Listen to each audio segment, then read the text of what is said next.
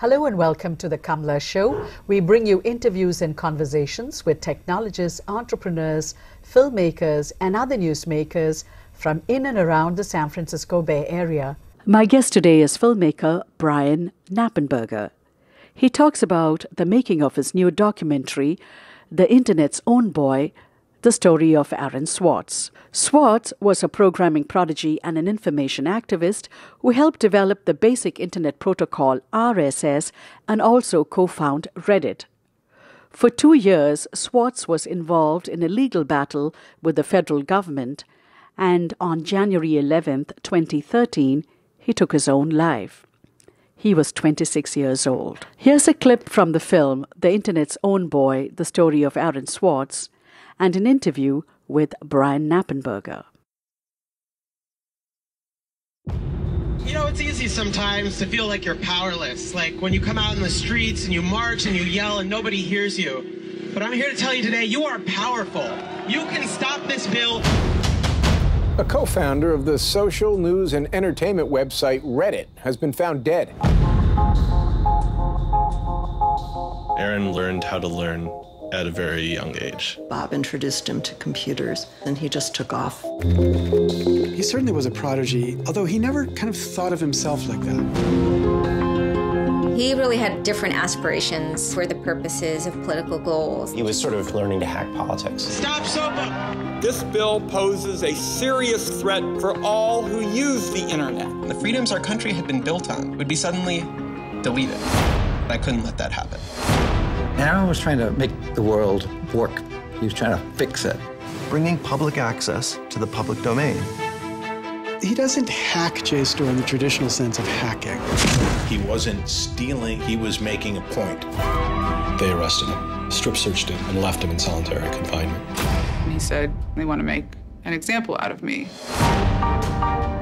On the internet, everybody has a license to speak. It's a question of who gets heard. Aaron Swartz was not a criminal. You can say, oh, this is another instance of cyber war. The cyber criminals are attacking us again.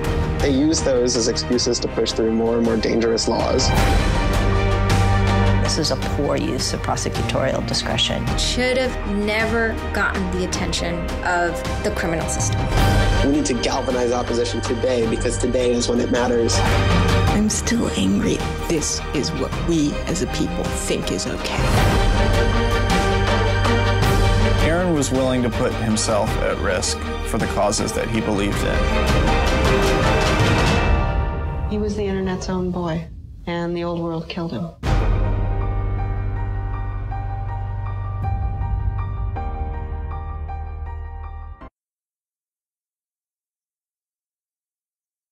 Welcome to San Francisco. Thanks for having me.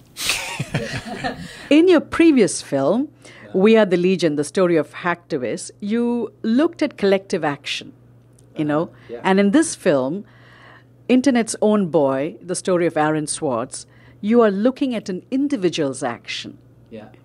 What draws you to technology?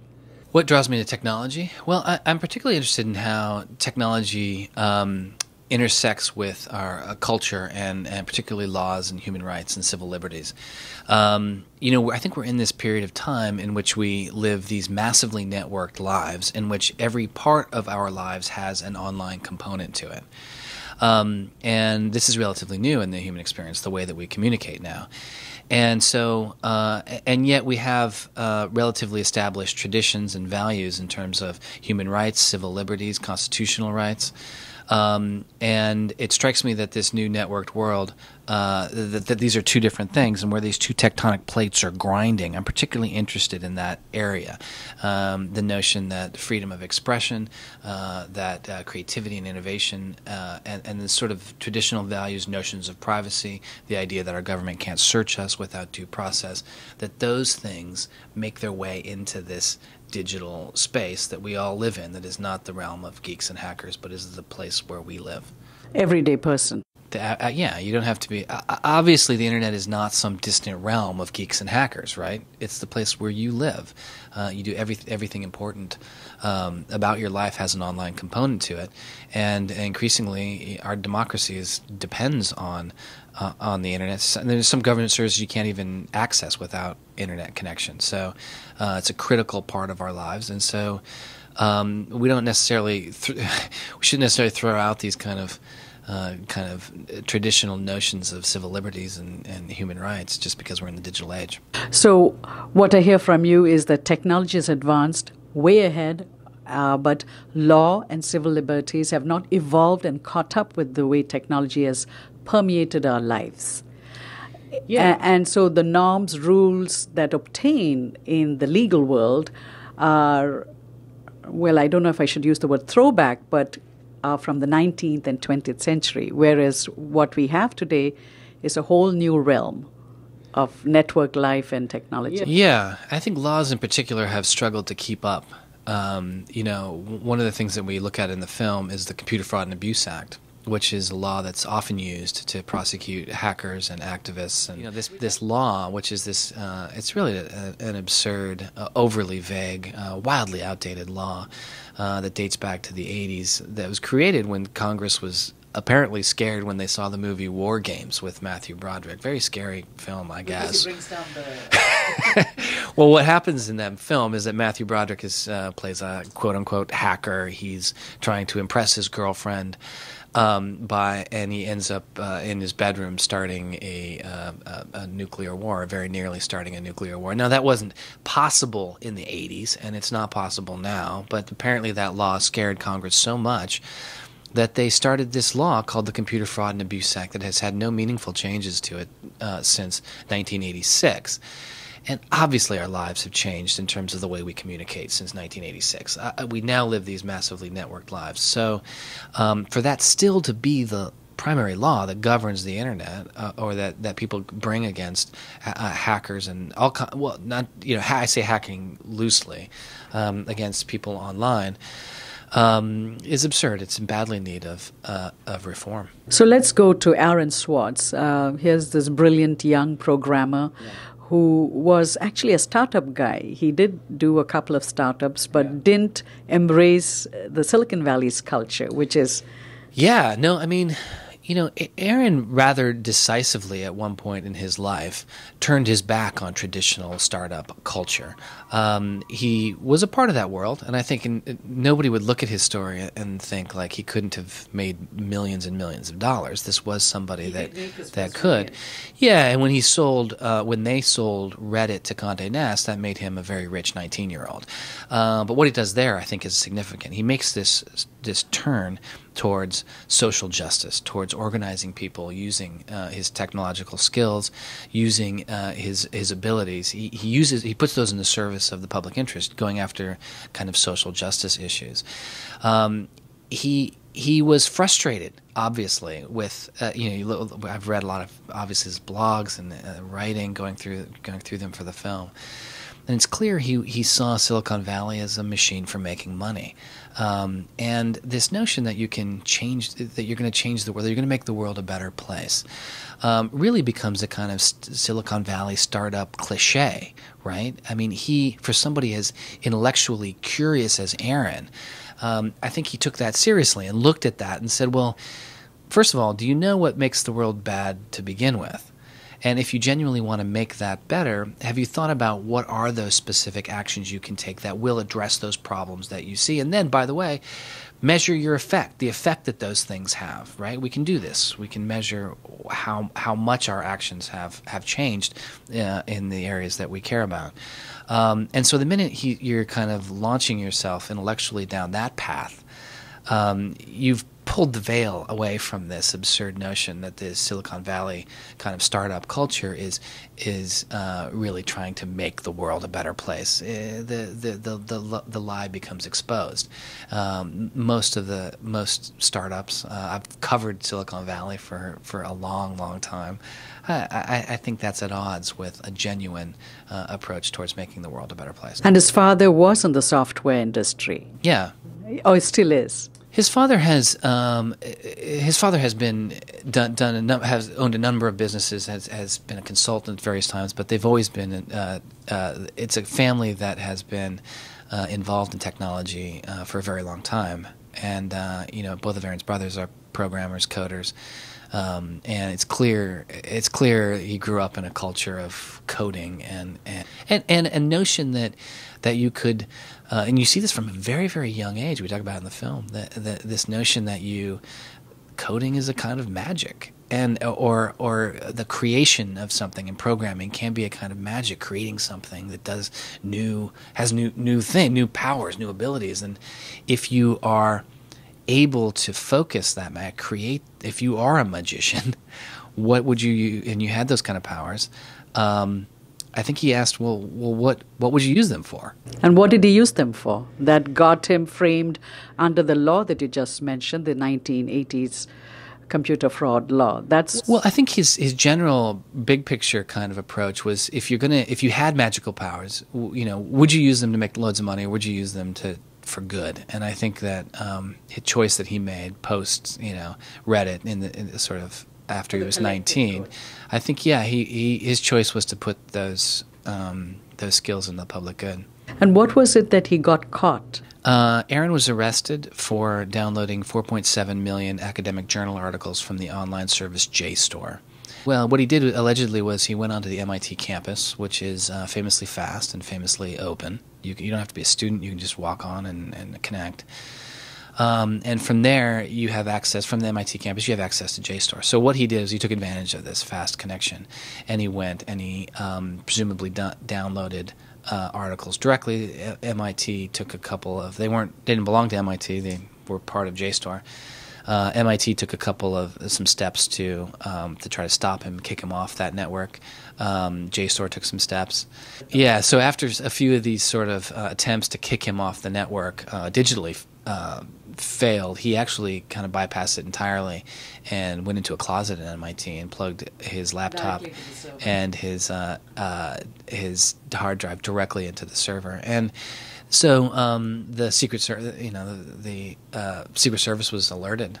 Secret cybercrime in the United States, a lot of it has to do with has now under the umbrella of the Secret Service. A lot of people don't know that, these electronic crimes task forces. So authorities found this laptop, identified that it was downloading these articles, and then they set a kind of, I guess you'd call it a kind of quasi sting operation in order to get him. They installed surveillance cameras in the closet, and they waited for him to come back. And when he came back, they caught him on camera. And when they had visual evidence of this, they chased him down. He was on his bike. They chased him down. They pushed him to the ground. It was relatively violent, actually, and they arrested him. And he got charged for? So that was the beginning of a 2-year legal nightmare. He was initially charged for 4 felony counts, initial indictment, and it began a 2-year ordeal for him that really became about what did he do wrong, how bad was it, did it deserve to be a felony, and brought up lots and lots of questions. It didn't have anything to do with copyright. It had to do with access. Mm-hmm. And that is something that he had been fighting for quite some time. Here is Swartz, as a 15-year-old, writes the specs for Creative Commons. Mm-hmm. And prior to that, when he was 13, he had created this website for information. So he was all about information. Yeah. And he was a precocious kid, as you show in the movie. Yeah. Someone who had a delight for learning, liked to challenge. And I think he grew up in a family, from your film again, where I think they kind of encouraged that kind of open thinking. Yeah, I think that's true. Yeah. There's no... Yeah? What do you think happened? Why did he end up taking his life on January 11th, 2013? Because here is a brave guy who has been fighting for social justice, who has been fighting for access to what he calls public domain. It is taxpayers' money. Mm-hmm. We are paying money, and there is this legacy that's been created. Research, yeah. But we don't have access to it. Yeah. So you want to talk about the crime a little bit first? No, yeah, the crime. Where do you think, why do you think he came to, that painful conclusion that he had to take his life? Yeah, I mean... You've read extensively and you've, looked at everything, and the film is 2 hours. So I'm wondering if there's anything else that struck you? I mean, I think you know, there's probably a number of sort of things that went into that decision that he made. Ultimately, we don't really know. But I think, you know, I've talked a lot with Taryn, who is his girlfriend at the time, who was living with at the time, and she believes that he didn't suffer from depression when she knew him. That he may have had something like clinical depression in his early 20s. He had a very painful kind of stomach ailment called ulcerative colitis. I think early in his life he was taking pills. He was taking some which included steroids for that. I know that does have a kind of mood-altering effect. Apparently he wasn't doing a lot of that late in life. But I don't think you can look at the choice that he made and somehow separate that from the 2-year legal nightmare that he was going through. I mean, the prosecutors were continually ramping up pressure on him. They wanted him to be the poster boy? Yeah, they wanted to make an example out of him, which is a whole questionable thing in itself. But, you know, a prosecutor's job, we've given them in our country lots of power to kind of bring pressure against people. I mean, it's their job to break people, to be honest. That's their job. Their job is to force them to crack and to take a plea. And Aaron wasn't going to do that. Didn't feel like he'd done anything wrong. Because didn't one of them say stealing is stealing, whether it's money or data? Yeah, that's the boss of the prosecutor said. Carmen Ortiz, right?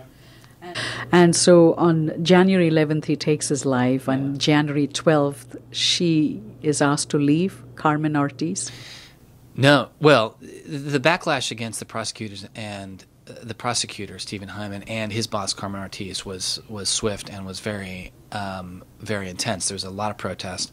There was a lot of people, even some kind of robust activity, defacing websites and denial of service attacks and things like that. But there was also petition. Tons of people signed a petition to try to remove them from office. But I think it's really affected their careers and life. But I don't. But they're still in the same positions that they were in. So no, they didn't leave office.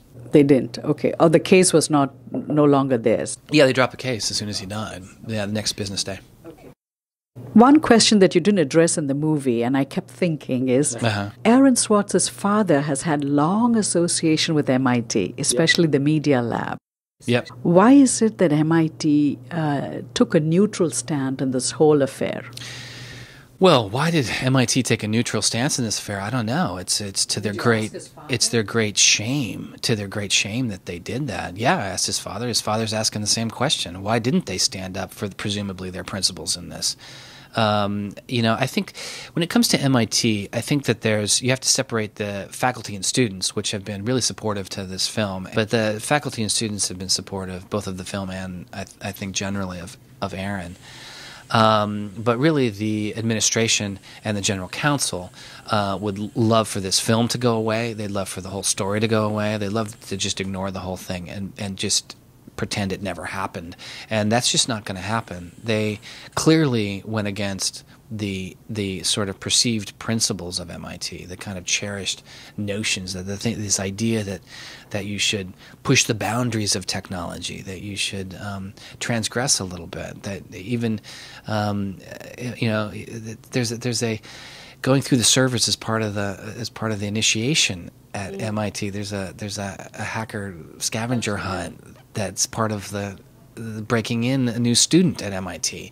You know, it's obviously not legal to put a fire truck or a police car on the top of the dome, and yet they cherish this as a rite of passage. It's obviously not appropriate to take all of the furniture in one of the dean's offices and glue it upside down on one of the arches. Obviously, this isn't. But this is something that they. But not okay for somebody who's not a student. Certainly. A distinction was made here in that at the time, Aaron was not a student at MIT. So that's something that has come up a number of times. You know, I think that doesn't excuse MIT's behavior. And MIT didn't speak to you for the movie? MIT did a kind of dance back and forth with me. I pushed hard on that. I mean, obviously, faculty and students wanted to talk to me and would have opened up to me. But what I wanted was the administration. What I wanted was the general counsel. What I wanted was I tried very hard to get, for instance, the Hal Abelson, who is the writer of the MIT report, to talk to him. That was the only concession they made? No, they didn't make that concession either. He said he would talk to me after the MIT report came out, and then after the MIT report came out, he said, I'm kind of tired. I don't want to be past this, and everything I have to say is in the MIT report anyway, so he declined to talk to me after the MIT was out. So they've been quiet about it. You know, they want it to go away. They just want this to go away. But the students and faculty don't want it to go away. And they want, and I think there's a genuine soul searching that's going on with them and within the institution to try to figure out who are we, why did we behave in this way, and how should we be encouraging people's behavior and taking a lot more of a leadership role in this. Then a Silicon Valley Congress representative has introduced a law called Aaron's Law, which is to amend this existing 1980s law. Yeah. Where are we with that today? Because it's over a year ago. Yeah. It's more than a year. Have they made any progress on that law, Aaron's Law?